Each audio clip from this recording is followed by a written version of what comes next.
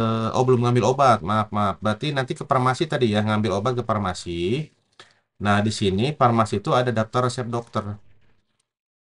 Nah, ini resep-resep yang diresepkan oleh pelayanan ya. Nah, ada rawat jalan, ada rawat inap. Kita bicara rawat jalan dulu.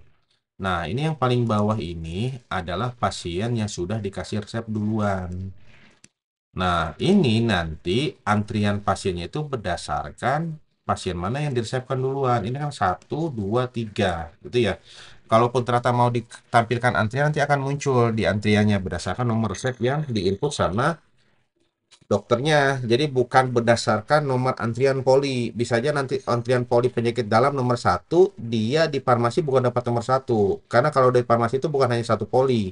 Jadi berbagai macam poli ada di situ, gitu ya. Jadi misalkan ada 10 poli, berarti satu poli 10, berarti nanti yang ke farmasi itu 100. Oke, ini tinggal diklik saja. Terus klik validasi. Nah, ini ternyata pasien dengan namanya pasien tes. Minta disiapin obat asiklovir, Afamed, paracetamol 20 10 10 gitu ya. Disiapkan sama farmasi. Kalau ternyata butuh print out, ya kadang memang antara komputer komputer buat validasi resep sama rak obat itu jauh kan, apalagi pasien-pasien yang pasien kronis biasanya dapat obat lebih dari 3 macam kan, dari dapat 10 gitu kan. Kadang susah ngapalnya. Nah, teman farmasi nanti bisa ngeprintkan resepnya. Ada namanya resep awal. Nah, ini cetak resep awal. Nanti tinggal di print saja. Oh, iya. Cetak resep awal. Oh, sorry, sorry, sorry, sorry. Bentar, ini masih error ternyata ya. Nanti muncul resepnya di sini ya. Nanti saya lihat lagi nih. Oke, divalidasi, sudah beres validasinya. Bentar, ini susah sekali. Oke, ini ya, tinggal disimpan. Yes. Nah, ini kalau misalkan mau nyetak bukti labelnya ya, labelnya ini nih, seperti ini. Nah, ini nanti kalau sudah punya printer label tinggal di print aja. Kalau belum nanti kalau mau pengadaan biasanya ini tuh pakai printer ukuran 65 kali 40. Kalau yang biasa digunakan sama teman-teman rumah sakit yang lain itu biasanya merek ini, merek Zebra, printer Zebra.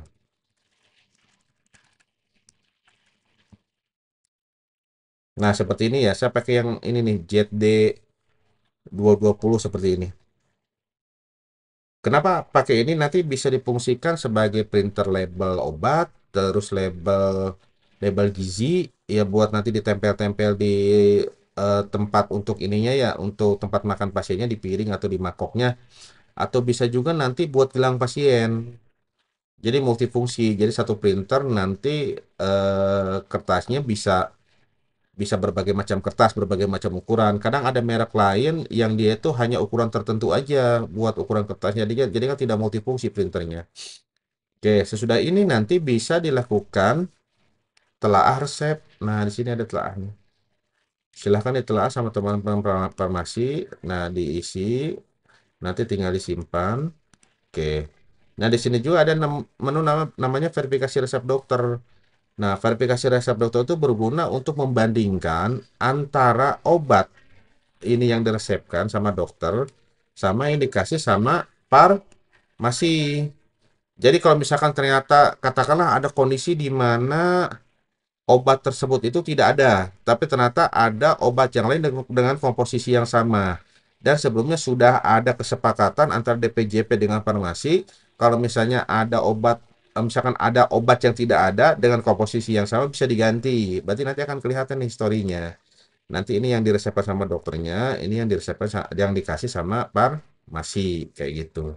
Ini nanti balik lagi ke kebijakan rumah sakit masing-masing ya, disesuaikan aja. Kalau misalkan ada obat yang nggak ada harus konfirmasi ke dokternya, berarti nanti tinggal tinggal ditelepon aja ke dokternya gitu ya.